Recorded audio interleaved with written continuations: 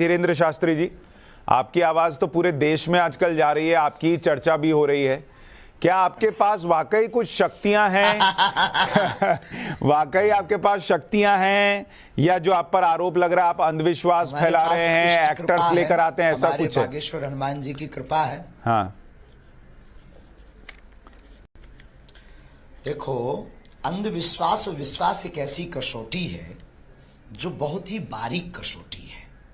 इस कसौटी पर बहुत बारीक दृष्टि की आवश्यकता है। अंधविश्वास फैलाने वाली बात ना तो हम कोई जादू टोना करते हैं, ना हम कोई झाड़ फूंक करते हैं। हम केवल अपने इष्ट से प्रार्थना करते हैं और हमारे इष्ट बागेश्वर बालाजी महाराज, बागेश्वर हनुमान जी महाराज केवल हमारी नहीं, हर उस भक्त की सुनते हैं जो श्रद्धा और विश्वास पूर्वक उनके चरणों में आता है। फिर आप कहेंगे माध्यम क्यों? आदिकाल से ही गुरु परंपरा का वह रहा। तो हमारे यहाँ 3 पीढ़ियों से दरबार लग रहा। हमारे दादा गुरु जी भी लगाते थे, उसके पूर्व में भी एक संत हुए वो भी लगाते थे, तीसरी पीढ़ी में हम भी। हमने कभी कोई दावा नहीं किया हम कोई ईश्वर हैं, या हम कोई चमत्कार करते हैं, या हम कोई मिरेकल करते हैं। हमारे पास जो गुरु कृपा है, हम ईश्वर से प्रार्थना करते हैं। जैसे पुत्र के बीमार होने पर माता और पिता प्रार्थना करते हैं, वैसे ही शिष्य के आपत्ति विपत्ति में हम अपने इष्ट से प्रार्थना करते हैं और हमारा इष्ट चमत्कार हमारे बालाजी कृपा कर देते हैं। उससे लोग अलग अलग दृष्टि से देखते हैं।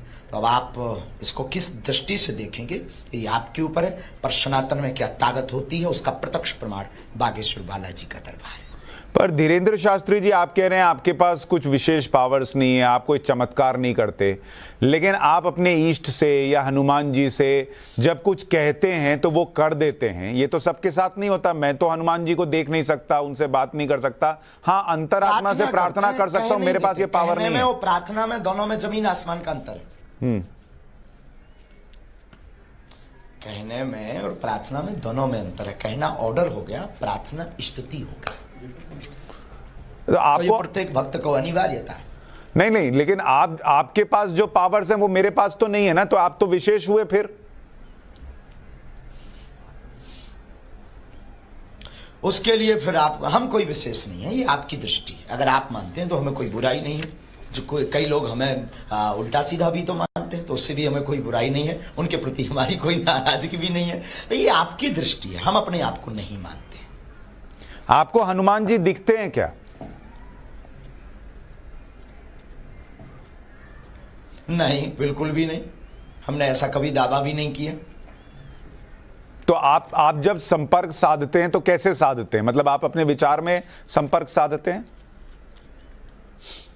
ध्यान विधि, ये आदिकाल की परंपरा है। ध्यान विधि, जिस परंपरा को हमारे पूज्यपाद दादा गुरुदेव ने हमें दी है, वह एक विधि ध्यान विधि है, आभास विधि। मन में आभास होता है, मन में तरंग जागती है कि अमुक व्यक्ति आएगा, उससे उसकी यह ऐसी पीड़ा हो सकती है। हम उसको राम नाम ले करके और कलमबद्ध कर देते हो। ईश्वर की कृपा से ये सनातन की ताकत है कि वो सत्य निकलता है। और हम आपको बहुत अच्छे से जवाब दें कि सनातन में क्या ताकत होती है। कितने भी ये पादरी और मौलवी हैं पूरे दुनिया के, बागेश्वर धाम की इस आभास और इस शक्ति का सामना नहीं कर सकते। तो मुझे ये बताइए, आपके पास ये शक्ति, क्योंकि हमारे सनातन में क्या ताकत है। और पहली बात बोलिए आप बोलो, हमारी तो आदत नहीं, मैं पहली बात तो आप लोग ये कहना बंद कर दीजिए अंधविश्वास और विश्वास क्या है। भारत में चादर चढ़ाना विश्वास श्रद्धा है, लेकिन भारत में अर्जी का नारियल बांधना अंधविश्वास है। भारत में कैंडल जलाना श्रद्धा है, लेकिन बागेश्वर धाम की अर्जी लगाना अंधविश्वास है। ये दोगलापन लोग लाते कहां से हैं? हमें तो इस बात पे हंसी आ रही है। हम बहुत मनमौजी आदमी हैं। तो धीरेन्द्र शास्त्री जी, आपको लगता है कि ये खास तौर पर जो हिंदू बाबा हैं या हिंदू धर्म से जुड़े हुए सनातनी हैं, उनको टारगेट किया जाता है और दूसरे धर्म में अगर यही चीज हो रही हो तो उसको छोड़ दिया जाता है? बिल्कुल, जब से हमने घर वापसी करवाई है दमोह में, जब से वनवासियों के बीच कथा की है, ये इन्होंने करोड़ों रुपए खर्च उनके ऊपर किए हैं, उनको चमत्कार दिखाकर, ट्रिक दिखाकर हमने उनको जब रियल हनुमान जी से जोड़ा तो उन्होंने घर वापसी की और सनातन धर्म को पुनः अपनाया। तो जो व्यक्ति धर्म के धर्मांतरण के लिए 10 करोड़ खर्च कर सकता, क्या वो हमारे लिए हमको साइड हटाने के लिए 2 करोड़ खर्च नहीं कर सकता? ये सोची समझी मिशनरियों की साजिश है, लेकिन इनसे हम डरते भी नहीं है। हमारे भारतीय संतों में और हमारे भारतीय सत्य सनातन में क्या ताकत होती है, उसका प्रत्यक्ष प्रमाण यह है कि पूरे भारत के वामपंथी पीछे लगे हुए हैं, लेकिन वो बाल टेढ़ा नहीं कर पाएंगे। हमें अपने इष्ट पर भरोसा है। तो आपको इसका मतलब आपके इष्ट ने पहले ही बताया होगा कौन पीछे लगा है, कितने पैसे देकर लगा है? आभास, बिल्कुल बिल्कुल। छतारी कथा 1.5 महीने 2 महीने पहले लगभग भाई साहब हुई होगी। हमारी तो पहली बार आपसे बात हो रही, कभी प्रत्यक्ष मिलना तो आप हमको, हम बहुत साधारण आदमी हैं भैया।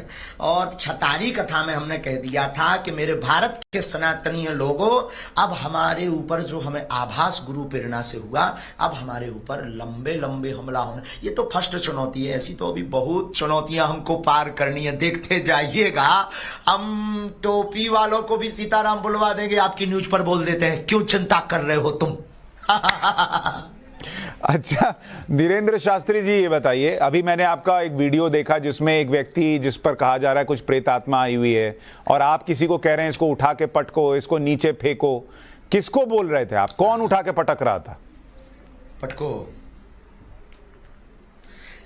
आभास रूप में हमारे पास जो बागेश्वर बालाजी की सेना है, हमें ऐसा आभास होता है कि उनकी जो गढ़, उनके जो वीर हैं, ऐसा आभास होता है जो पराशक्तियां। देखो भाई, जो उसमें गया ही नहीं उसे क्या बता दें? अब किसी कोई अंधा व्यक्ति कहे कि सूर्य दिखाओ, तो उसे कैसे सूर्य दिखा दें?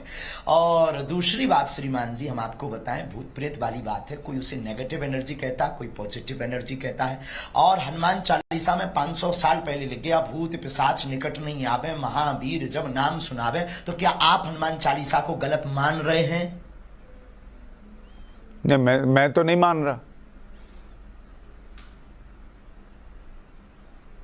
नहीं मान रहे हैं तो फिर हम नहीं मान रहे हैं। अब फिर कंट्रोवर्सी क्यों? अब फिर अंधविश्वास और विश्वास क्यों? अब फिर ये हमसे क्वेश्चन क्यों कि भूत प्रेत होते कि नहीं और उस पर प्रेत है कि नहीं? ये फिर कंट्रोवर्सी क्यों? अगर हनुमान चालीसा गलत नहीं है तो फिर हम कैसे गलत हैं? उसी हनुमान चालीसा के आधार पर हम अपने इष्ट से प्रार्थना, और हमें तो भूत चढ़े नहीं, लोगों को चढ़ते हैं। हम तो किसी को बुलाते नहीं, वही आते, उन्हीं पे चढ़ते, उन्हीं के बालाजी उतार देते हैं। अब इसमें हमारे ऊपर क्यों कंट्रोवर्सी? किस आधार पर? या तो फिर आप लोग खोल करके बोलिए कि हनुमान चालीसा गलत है। अच्छा, चूंकि धीरेन्द्र जी होता क्या, मैं आपको बताता हूं थोड़ा सा। धीरेन्द्र जी, अंधविश्वास है। धीरेन्द्र जी होता क्या है, भी अंधविश्वास नहीं धीरेन्द्र जी देखिए, होता क्या है कि जैसे आप कह रहे हैं आपको आपके इष्ट की सेना भी दिखती है जिससे आप उठाकर पटकवा देते हैं, या आपको पहले पता चल जाता है किसके मन में क्या चल रहा है, आप लिख कर दे देते हैं। ये चूंकि सबके पास ये पावर नहीं है, तो इसलिए लोगों को शक होता है कि ये आदमी सही बोल रहा है या गलत बोल रहा है, वो पूछते हैं। अब मैं आपसे ये अगर पूछूं कि क्या हमारे जैसा बनना पड़ेगा, सबको भी पावर मिल सकती है, हमारे जैसा पगला बनना पड़ेगा। कैसे बन सकते हैं आपके जैसा, ये भी बताइए। आपके जैसा कैसे बनना पड़ता है? गुरु कृपा। अरे भाई कुछ भी नहीं है, केवल राम नाम का जप करो। भगवान चुनते हैं किसको क्या करवाना है। हमें सनातन के लिए उन्होंने चुना है। हमारे जैसे हजारों लोग हैं इस धरती पर, एक हम बिरले नहीं हैं। हम पर कंट्रोवर्सी सिर्फ इसीलिए है क्योंकि उनके मिशन में हम सबसे बड़े रोड़ा हैं, लेकिन अपन भैया पीछे होने वाला नहीं है। हम सनातन का झंडा गाड़ कर रहेंगे। धीरेन्द्र शास्त्री जी, आप कह रहे हैं सनातन में बहुत शक्ति है। क्या आपके सनातन में ये शक्ति है? कि मैं तो आपसे मिला नहीं, आपसे पहली बार मेरी बातचीत हो रही है, आप मुझे जानते नहीं होंगे। क्या आपके इष्ट आपको बता सकते हैं मेरा नाम क्या है? सनातनी नहीं है? क्या आपके इष्ट बता सकते हैं मेरा नाम क्या है?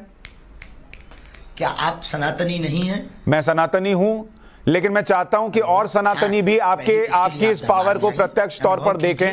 आप हमारे सन्मुख बैठिएगा, जो हमको प्रेरणा लगेगी, जो हमको आभास लगेगा उसकी एक परंपरा है। हम कोई जादूगर नहीं है कि कोई भी बोले खेल दिखा दो। हमारी एक गद्दी की महिमा है और परंपरा है। कल यहाँ पर खुला हुआ दरबार लगना है 20 और 21 को। हम कोई बंद कमरे में दरबार करते नहीं है, हम कोई लोगों से रुपया लेते नहीं है, हम किसी को बुलाते नहीं है। हमारा लाखों लोगों के बीच में दरबार लगता है और लाखों लोग अपने से आते हैं।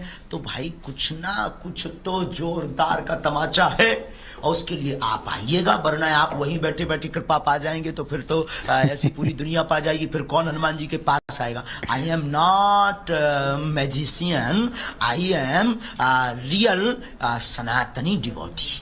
तो धीरेन्द्र जी, मैं थोड़ा सा इसको और दर्शकों के लिहाज से पूछ रहा हूं आपसे। जी अब दिखाओ धीरेन्द्र जी, मैं बस दर्शकों के लिहाज से पूछ रहा हूं कि क्या इसका मतलब आपका एक दायरा है कि कितनी दूर पर कोई व्यक्ति हो, आपके आसपास हो, तभी उसके बारे में आप जान सकते हैं?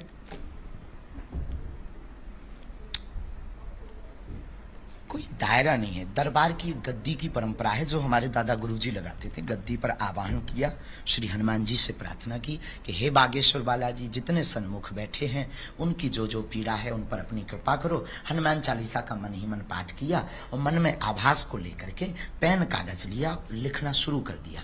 उस कागज के आधार पर हमें आभास हो जाता है कि अमुक व्यक्ति की ये अर्जी है, उसके मन में ऐसे ऐसे प्रश्न हैं और ईश्वरीय सत्ता सनातन की क्या ताकत है उसका प्रमाण ये है कि जो व्यक्ति आता उसके वही प्रश्न निकलते हैं। बस इतना है।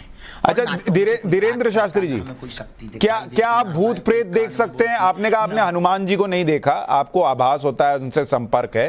क्या भूत प्रेत देख सकते हैं आप? हमने किसी को नहीं देखा। हम काहे भूत प्रेत को देखेंगे? काहे हम भैया मरे आदमी, हम जिंदा आदमी है भैया। भूत प्रसाद निकट नहीं आवे। इस हनुमान चालीसा की सिद्धि के कारण जय जय हो जाता है भैया। अच्छा धीरेन्द्र जी, आपको ये सब कब से होना शुरू हुआ? जब आपको लगा कि आपका ईष्ट से संपर्क हो रहा है, ये किस उम्र से शुरू हुआ? पहली बार कब हुआ? ये तो हवा। बहुत अच्छा प्रश्न, ये बहुत अच्छा प्रश्न है। हम जब 10-11 साल के थे तब जो हमारे दादा गुरुजी ग्रैंड फादर, वो जो है बागेश्वर बालाजी के उसी गांव में हम रहते थे। उसी गांव में वो सेवादार थे। वो हमको हनुमान चालीसा पढ़वाते थे, कुछ कुछ उपाय करवाते थे हनुमान जी के। तो हम 10-11 साल की अवस्था से वो उपाय करने लगे। फिर हमको 12-13 साल में आभास होने लगा। वो तो गुरु पकड़ते हैं अपने शिष्य को। हमको आभास होने लगा कि ये व्यक्ति आ रहा, हमसे ऐसे बात करेगा, ये अपना नाम ये बताएगा। तो हम बचपना था तो बोल नहीं पाते थे, लेकिन जब वो अपना नाम बताता था तो हम चौंक जाते थे कि अरे ये तो हमें पहली आवाज था, ये तो हमें पहले ही पता था, हम बोले क्यों नहीं। फिर जब गुरुजी का जब तक शरीर पूरा हो गया, फिर हमने अज्ञातवास साधना की, हमने राम नाम जप किया, तो हमको प्रेरणा लगी कि तुमसे सनातन का कार्य करवाना है। तो अब जो है वो दरबार लगने लगा। जैसे हमारे दादाजी लगाते थे वैसे ही हम बैठने लगे। बस सीधा सिंपल सादा जीवन है, उसमें कोई ऐसा नहीं है कि हमने कठोर तपस्या की हो ध्रुव प्रहलाद जैसी, नहीं। वो तो परंपरा है हमारी। तो धीरेन्द्र जी, जब आप 11 साल के थे और किसी बच्चे के साथ ऐसा हुआ था कि ये क्या, मैं अंदर से ये क्या पावर है, क्या हो रहा है मेरे साथ? हाँ, हमने बताया ना पहले कि ये उसका नाम हमें जैसे आभास हो जाता था तो हम सोचने लगते थे कि हमने पहले क्यों नहीं बताया, इसका नाम तो हमें आभास, इसका ये ऐसा बोलेगा, ऐसा हमें कैसे पता लग गया। हम गुरुजी को भी पूछते थे तो गुरुजी हंसते थे। बचपना था हमारा, अभी भी हमारा बचपना गया नहीं है, अभी भी बचपन ही है। तो लेकिन जो है फिर तो गुरुजी फिर जो है हमको साधना बताए, फिर वही सीताराम नाम का जप किया। अब ये टीवी का विषय नहीं है, ये अनुभव का विषय है। देखो भाई, मोहब्बत बताने का विषय नहीं है, मोहब्बत तो अनुभव, एंजॉय विथ लाइफ। तो ये लोग जो कह रहे हैं धीरेन्द्र जी कि आप उनसे डरकर भाग गए, क्या आप इनका चैलेंज स्वीकार करेंगे? इनसे कहेंगे कि हमारे आश्रम आओ और फिर जो तुम चाहते हो वो पूछ के देखो? I accepted. हमने तो घोषणा की है, आपके चैनल पे भी घोषणा की थी। आप भारत के कोई भी मिशनरियों को, कोई भी पादरियों को ले आइए, टिकेगा नहीं, हम गीला करके भेजेंगे। हमें अपने इष्ट पर भरोसा है, आप क्यों चिंता। और रही इनकी बात, हम भागने वाले भगोड़ा नहीं आए, हम रियल हिंदू हूं, हम हिंदू शेर हैं। और भैया 7 दिन की कथा हुई, आप इनको ये क्यों नहीं पूछते इन्होंने किसी पादरी पर कभी किया? इनको आप ये क्यों नहीं पूछते क्या आपने बागेश्वर सरकार को लीगली चुनौती भेजी, कोई पत्राचार भेजा, कोई व्यक्ति भेजा, कोई जब हम कथा 7 दिन तक हमारी थी, मात्र ओनली 7 डेज तक, 11 तारीख तक, 13 तारीख तक पहले लोगों ने कहा करनी चाहिए, लेकिन 3 तारीख को हमने फाइनल कर दिया था जाने के पहले कि हम 5 से 11 तक ही कथा करेंगे, हमें गुरु जी के जन्मोत्सव में जाना है। और उसके बाद में 11 तक कथा थी, 2 दिन वहां भी खुला हुआ दरबार लगा, अभी भी नेट पे डला होगा ऑफिशियली पेज पे, 7 दिन कथा हुई, तब क्यों नहीं आए? तब क्या जूं रेंग गए थे? अच्छा, अब जब हम निकल आए, देखो भैया अपने सामने कोई बंद कमरे में कोई भी चुनौती, अब यहां भी जैसे 25 तारीख तक कथा थी, हमने 23 तक की है, करनी है हमको, और यहां से हम चले जाएं। अब 24 तारीख को वो बोले बा हमने चुनौती दी तो बागेश्वर सरकार भाग गए, नक कटा। भाई जब हैं आ जाओ, कल किराया खर्चा ले लेना, तुम्हारी अगर पहुंचो उनके पास, उनसे कह देना बुढ़ापे में काहे हम बेफिजूली में हम टिबेटन में समय बर्बाद करवा रहे, इतने में हमें सेवा कर लेने। आप हैरान हो रहे जी, रात के 10 बजे बेचारे आप भी बोल रहे कछु और देश की मुद्दा पे, गरीबी पे चर्चा करते तो भलो हो तो भारत को, हमारे पीछे पड़े हैं। तो उनसे कह दो कि ये दूध का दूध पानी का पानी कर लो, झंझट खत्म करो, सीधा आ जाओ, किराया खर्चा ले लो। हम अपने जगह भी नहीं है, हम भी दूसरे स्टेट में हैं और 200-250 किलोमीटर है, उनको खबर भेज दो, you come here to Bageshwar Dham darbar, झंझट खत्म। हमें जो आज्ञा जिज्ञासा लगेगी हम बता देंगे, नहीं लगेगी नहीं बताएंगे। निर्णय करना ना करना वो बालाजी का है। बेफिजूली की बातें ही क्यों इतनी हो। अच्छा धीरेन्द्र शास्त्री जी, आपका ये जो अनोखा अंदाज है, नाते आप बताइए धीरेन्द्र जी, आपका ये अनोखा अंदाज हमेशा से है? आप इसी तरह से बात करते हैं? जो कपड़े का स्टाइल है ये ऐसा ही है? ये आप इस तरह का भाव कैसे आता है? हम मस्त मौला रहते हैं, हमें कोई मतलब फिक्र, अरे हम मस्त मौला रहते हैं, हमें देखो ज्यादा झंझटों में टेंशन नहीं होती है, क्योंकि ये तो फर्स्ट चुनौती है। हम तो 24 घंटे मस्त मौला रहते हैं। ये हमारे गुरु की और बालाजी की कृपा है, ये सब सनातनियों का प्यार है हमारे लिए, और सब सनातनी पूरे भारत के साधु संतों का आशीर्वाद है, और हम भारत के संतों का नाम रोशन करके ही रहेंगे। हम ऐसा कोई कृत्य नहीं करेंगे जिससे सनातन झुके। हम ऐसा काम करेंगे, झंडा गाड़ेंगे कि सनातन की बुलंदी की जय जयकार कोने कोने में होगी। लेकिन धीरेन्द्र जी, बहुत सारे लोग ये भी पूछेंगे, जैसे आप कह रहे हैं कि सनातन में ताकत है और आप जो है ईष्ट से बात करते हैं, लोगों का उपचार करते हैं, दूसरे धर्म के लोग कहेंगे वो भी अपने ईष्ट से बात करते हैं, पादरी भी हो सकता है अपने ईष्ट से बात करते होंगे, कोई कान में फूकने वाला भी अपने ईष्ट से बात करता होगा, उनकी शक्तियां कम है क्या? यही तो देश का दुर्भाग्य, कभी पादरियों के पीछे गए ही नहीं तुम लोग, कभी पादरियों के पीछे गए ही नहीं तुम लोग, कभी उन पर एक्शन लिया ही नहीं। और वो जो है निरल मूलन, वो कभी उन्होंने कभी ये किया ही नहीं है। और ये हिंदू सॉफ्ट कॉर्नर है, सनातनी हिंदू, हर बार इन्हीं संतों को टारगेट बनाया जाता है, लेकिन हम टारगेट बनने वाले नहीं हैं भाई साहब। हमारे साथ आप लोग हो, क्योंकि आप भी तो सनातनी ही हो और आप भी हिंदू ही हो और मानव भी तो हो आप। हम किसी के रुपया लेते हो, हम किसी को पाखंड फैलाते हो, हम किसी को धमकी देते हो, हम किसी के ये दावा करते हो कि हम तुम्हारा कैंसर ठीक कर देंगे, हम तो अपने इष्ट से प्रार्थना वर करते हैं, हम किसी को बुलाते हो। अब कोई आ जाता है तो हम क्या करें श्रीमान जी? तो एक बात बताइए, आपके इष्ट आपके कहने पर किसी का इलाज कर देते हैं, उसी व्यक्ति के खुद के उन इष्ट से कहने पर इलाज क्यों नहीं करते? अरे भाई फिर वही बात, इष्ट हमारे गुलाम थोड़ी है, हम उनके चरणों के सेवक हैं। ये प्रार्थना में, साधना में, तपस्या में, ध्यान में ये ताकत है, वैदिक मंत्रों में, हम ये बताना चाह रहे हैं बस। अच्छा ये बताइए, आप जहां हैं वहां ठंड कम है या आपको भी राहुल गांधी की तरह ठंड कम लगती है?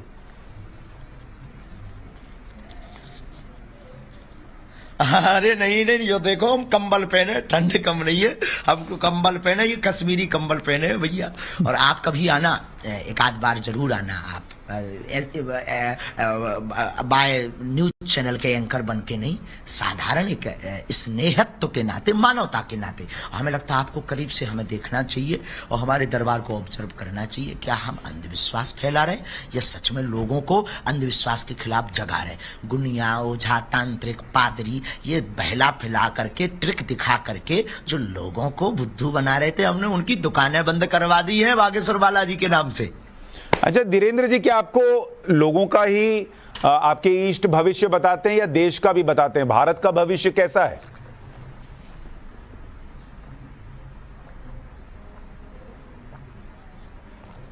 देखो बहुत अच्छा प्रश्न है ये कोई बहुत काम की बात है, इससे हृदय गदगद है हमारा।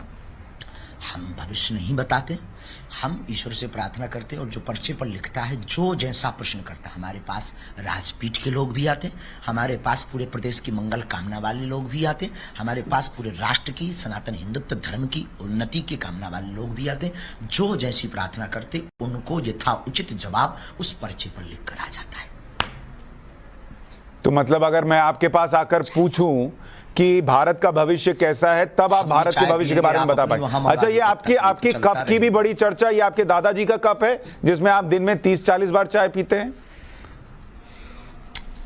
ये हमारे दादा गुरुजी का कप है। हाँ, ये नरेली है, खोपड़ी है, इसका नाम है खोपड़ी। ये खो पड़ी इसीलिए इसका नाम है खोपड़ी। और मैंने सुना आप दिन में 30-40 कप चाय पी जाते हैं।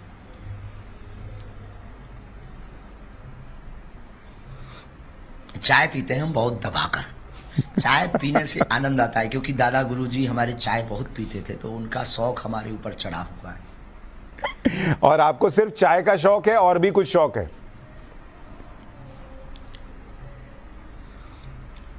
सनातन का शौक है, बहुत तेज, चाय से ज्यादा। और आपका लक्ष्य क्या है सनातन के लिए? जुनून इतना ज्यादा है कि पूरे देश के वामपंथी लोग पीछे लग गए। धीरेन्द्र शास्त्री जी, आपका लक्ष्य क्या है? लगा है कि इनका मिशन हम फेल कर सकते हैं। लक्ष्य सिर्फ सनातन, सनातन, सनातन, सनातन, भारत, भारत, भारत, विश्व गुरु, विश्व गुरु, विश्व गुरु। तो आपको सुन के तो वो लोग घबरा जाएंगे जो ये नैरेटिव फैलाते हैं कि भारत हिंदू राष्ट्र बन रहा है।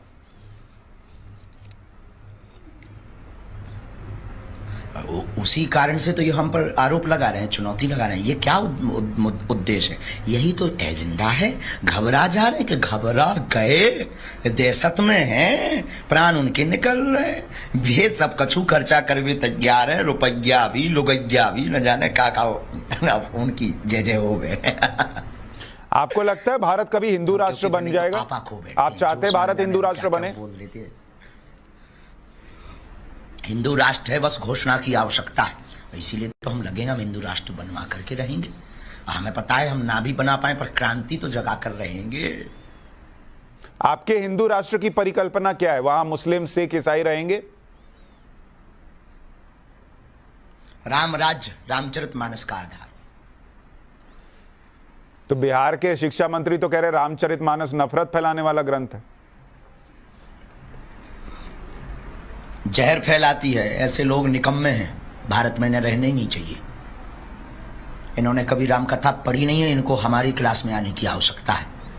हम इनको ABCD पढ़ाएंगे कि राम कथा क्या होती है, मनमोहन प्यारे।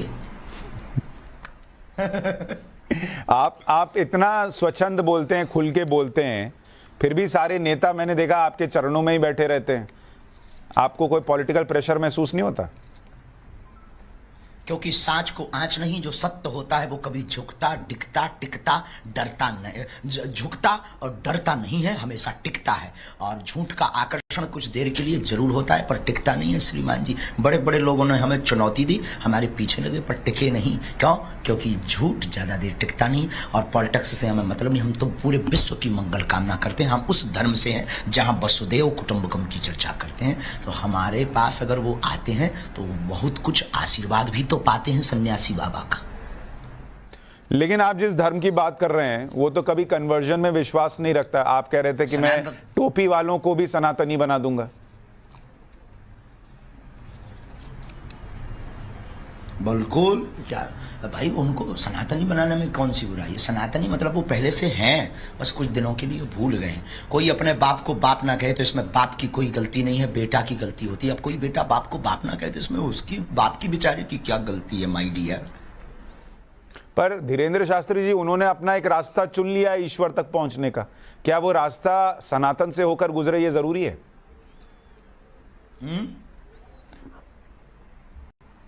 क्या मैं कह रहा हूं, उन्होंने अपना एक रास्ता चुना है अपने ईश्वर तक पहुंचने का। क्या वो रास्ता, हर रास्ता सनातन के रास्ते से होकर गुजरे, ये जरूरी है? ईश्वर एक है, दिखाई देने वाले रूप अनेक हैं, पर ईश्वर परमात्मा एक है। शास्त्र ऐसा करते हैं। तो क्या इसके लिए जरूरी है देखो, कि हम तो टोपी तीन पहनने वाले को भगवा पहनना पड़े? भगवा पहनना जरूरी नहीं है, पर मुख में राम नाम जरूरी है, क्योंकि उनके तो ब्लड भी भगवा है भैया। कौन ऐसा है जिसका ब्लड भगवा ना हो? अच्छा धीरेन्द्र शास्त्री जी, आप कई बाबाओं की मैं बात करूं, कुछ आजकल उसमें से जेल में भी हैं, इसलिए भी कई बार ये प्रश्न उठने लगता है कि कौन ऑथेंटिक है, कौन नहीं है, कौन झूठ बोल रहा है, कौन सच बोल रहा है। क्या आपको लगता है वो लोग जो जेल गए या जिन पर आरोप लगे, नहीं होती हैं, उससे नुकसान हुआ सनातन का? वैसा पाएगा, बहुत ज्यादा नुकसान हुआ। जो जैसा करेगा वो वैसा पाएगा। लेकिन हम एक बात कह देते हैं, अगर कोई षड्यंत्र के साथ फंसावे तो ये देश का और सनातनियों का दुर्भाग्य है। लेकिन धीरेन्द्र शास्त्री जी, आम आदमी कैसे समझे कौन धीरेन्द्र शास्त्री है और कौन जो है वो गलत है? उसके समझने के लिए सीधा सा उद्देश्य, जो अपने से जोड़े वो जय जय, और जो आपकी बाहें पकड़कर ईश्वर से जोड़े वो वह जय जय। समझदार को इशारा काफी। आप ईश्वर से जोड़ते हैं, खुद से जोड़ते हैं?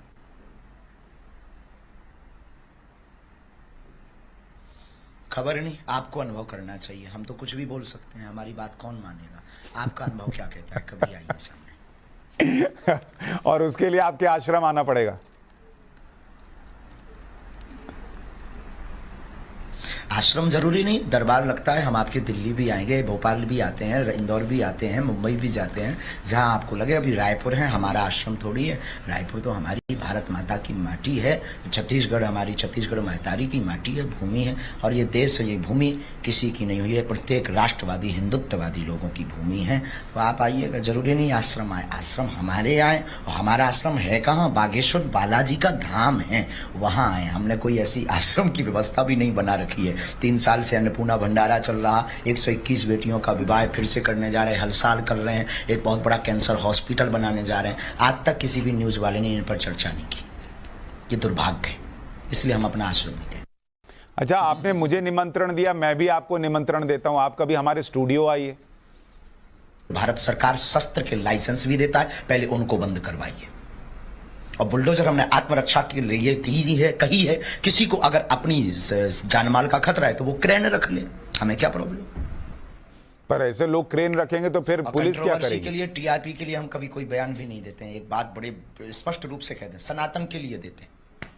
पर धीरेन्द्र शास्त्री जी, सब क्रेन रखें, बुलडोजर रखें, तो फिर कानून व्यवस्था कहां बचेगी? कानून व्यवस्था के सहयोग के साथ में। लेकिन जब कानून व्यवस्था बहुत देर से आवे, जब कानून व्यवस्था चरमरा जावे, जब कानून व्यवस्था लगे कि सहयोग नहीं कर पाएगी, बहुत देर से आएगी, उसके पहले अगर कोई प्राण आपकी घातक कर ले, कोई आपकी हत्या कर दे, तो फिर कानून तो तब होगा जब शरीर होगा।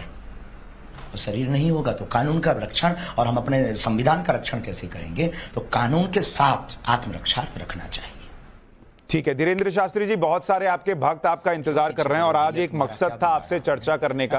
आप जब नहीं भी आए थे तो हमारा शो है न्यूज की पाठशाला, और उसमें हमने ये मुद्दा हो गई। आप बहुत प्यारे हो, आपकी जिंदगी में खूब जय जयकार बनी रहे। मैं बस, हमें कोई दिक्कत नहीं है, हमें बहुत ज्यादा इन चुनौतियों से डर भय या बहुत ज्यादा विचलितता नहीं होती। आप बहुत अच्छे हो, कभी आइएगा, ये सब चलता रहेगा। ये तो एक बहाना था, असलियत में सनातनी हिंदुओं को हमें जगाना है। बहुत बहुत शुक्रिया धीरेन्द्र शास्त्री जी, हमसे बात करने के लिए बहुत धन्यवाद आपका। उन तक एक लास्ट खबर हमारी उन तक भेज दीजिएगा जी। मीडिया हब, डिबेट 3-13, ये जितने भी लोग हैं जिनको दिक्कत है, उनसे कहिए आप बागेश्वर दरबार में जाकर देखिए।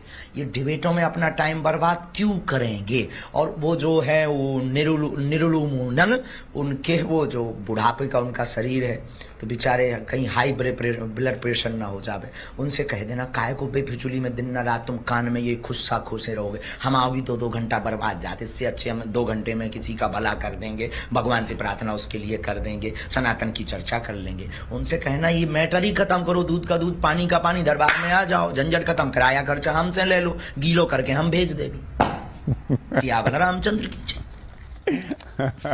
बोलो गलत हो तो। और उन्होंने हमें कोई लीगली चुनौती नहीं दी है आज तक, लीगली चुनौती नहीं दी है, ना उन्होंने कोई हमें पेपर भेजा है, ना हमारे पास कोई व्यक्ति भेजा है, ना कोई उन्होंने व्यक्ति भेजा है, ना उन्होंने हमारे सामने आकर, उनके अंदर दम हो। हमने नागपुर में दरबार लगाया, तब टाई टाई फिस क्यों उड़ गए? 7 दिन हमने कथा की, तब उनके परदादा याद आ रहे थे क्या उनको? सामने आओ। अब रायपुर बुला रहे हैं हम अपने क्षेत्र में भी नहीं है, दूसरे स्टेट में है, रायपुर में कल दरबार लगना है, आ जाओ। सनातन में क्या ताकत होती है हम बताते हैं प्यारे मनमोहन प्यारे। भेज जरूर दीजिएगा, नॉट कंट्रोवर्सी। हम इस चैप्टर को खत्म करना चाहते हैं, हमारा उद्देश्य सिर्फ इतना है, जो लोगों के मन में मलाल आ रहा है उस मलाल को हम शून्य करना चाहते हैं।